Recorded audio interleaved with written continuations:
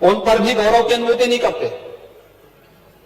उसी मेरठ को 12 लेन के एक्सप्रेसवे के साथ इस डबल इंजन की सरकार ने जोड़ा, नहीं तो मेरठ से दिल्ली की दूरी आपने 4 घंटे की हुई थी, आज 45 मिनट में इस दूरी को आप पूरा कर सकते हैं।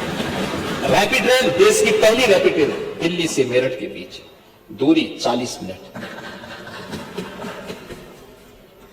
पहला स्पोर्ट्स यूनिवर्सिटी यूपी का मेरठ में मेजर ध्यानचंद के नाम पे। उनको ये सब नजर नहीं आ रहा है, ये सब नजर नहीं आ रहा है।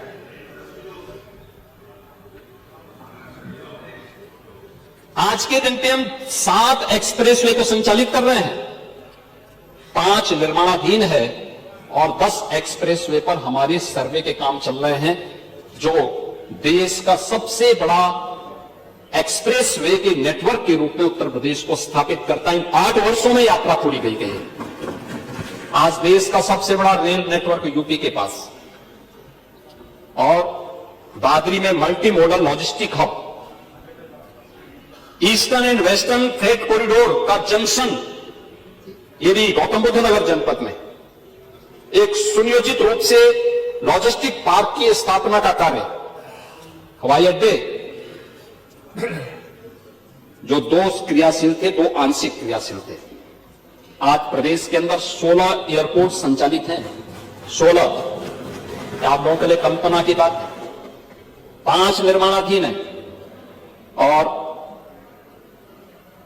4 इंटरनेशनल एयरपोर्ट इसमें से संचालित हैं, और 5वां इस वर्ष के अंत तक हम लोग तैयार करेंगे, जो जेवर देश का सबसे बड़ा एयरपोर्ट होगा। हवाई जहाज के मेंटेनेंस, रिपेयरिंग और ओवरहोलिंग के लिए एमआरओ, इसके निर्माण की कार्रवाई भी हम लोग जेवर के पास करने जा रहे हैं।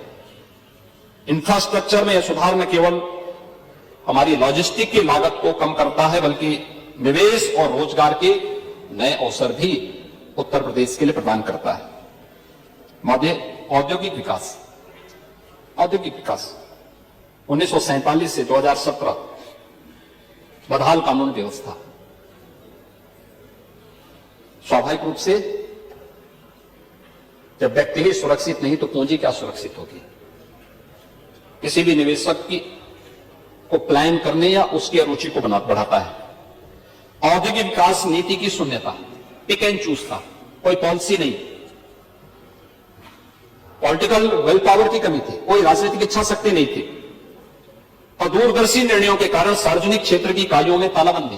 कानपुर क्यों बर्बाद हो गया? कानपुर के सदस्य भी यहां से गायब थे, वे भी गायब हो गए, वो बोलना नहीं चाहते थे, इच्छा ही नहीं, क्योंकि नहीं बोले तो सुनना नहीं चाहते ना, क्योंकि उसके लिए स्वयं दोषी है। हफ्ता वसूली, गैंग के सदस्य के रूप में काम करते रहे होंगे, लेकिन यह सब कानपुर को तबाह करने वाले लोग हैं। पारंपरिक हस्तशिल्प और उद्योग के लिए कोई प्रोत्साहन नहीं।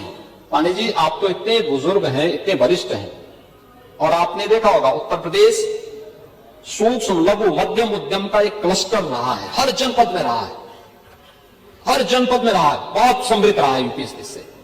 लेकिन यह हतोत्साहित होकर के एकदम मरणासन हो गया था। और 8 वर्ष में जो हुआ है, 8 वर्ष में 1947 से 2017 तक कुल 14,169 कारखाने प्रदेश के अंदर रजिस्टर्ड थे, 14,169, और आज पिछले 8 वर्ष में 27,295 कारखाने उत्तर प्रदेश के अंदर रजिस्टर्ड हैं। क्या ये निवेश नहीं हुआ है? हमने 45 लाख करोड़ रुपए के निवेश को आमंत्रित किया। हमारे एमओयू हुए हैं, जिनमें 15 लाख को हमने ग्राउंड ब्रेकिंग भी कराया है, जमीनी धरातल पर उतारा है। इसके माध्यम से 60 लाख युवाओं को प्रदेश के अंदर ही रोजगार भी मिला है, और हमारे लगभग 3 से 5 लाख करोड़ रुपए के निवेश के प्रस्ताव पाइपलाइन में हैं, जिन पर अभी हम काम कर रहे हैं। इसके लिए 33 सेक्टोरियल पॉलिसीज बनाई गई। 1 डिस्ट्रिक्ट 1 प्रोडक्ट के माध्यम से उत्तर प्रदेश की परंपरागत उद्यम को प्रोत्साहित किया गया, उसको टेक्नोलॉजी के साथ जोड़ा गया, उसको डिजाइन के साथ जोड़ा गया, उसको पैकेजिंग के साथ जोड़ा गया, मार्केट लिंक किया गया, एक्सपोर्ट के साथ जोड़ा गया, और आज परिणाम है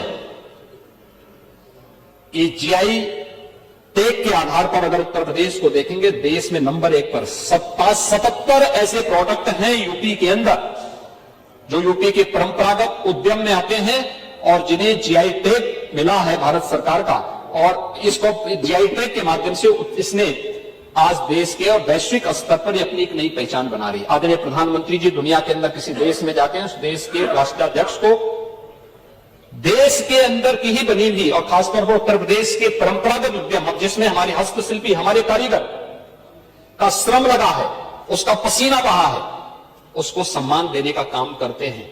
और इसीलिए प्रधानमंत्री जी ने कोविड कालखंड में भी कहा, और अभी वाराणसी जब प्रधानमंत्री जी आए थे तब भी प्रधानमंत्री जी ने देशवासियों का आह्वान किया था, वोकल फॉर लोकल।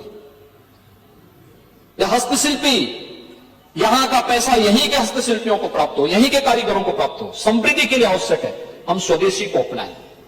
और उस स्वदेशी की आपने क्या स्थिति कर दी थी, क्या स्थिति कहां पहुंचा दिए थे आप? हतोत्साहित थे, हतोत्साहित थे वे सभी लोग, प्लान कर रहे थे, भूखमरी के कगार पर थे। वे सभी उद्योग बंदी के कगार पर हो चुके थे। और कौन लोग थे उसमें? वे सभी अति पिछड़ी जाति से जुड़े हुए लोग थे, वंचित थे, गरीब थे, अल्पसंख्यक थे। आप कुछ नहीं कर पाए। 4 बार सरकारें थी आपकी।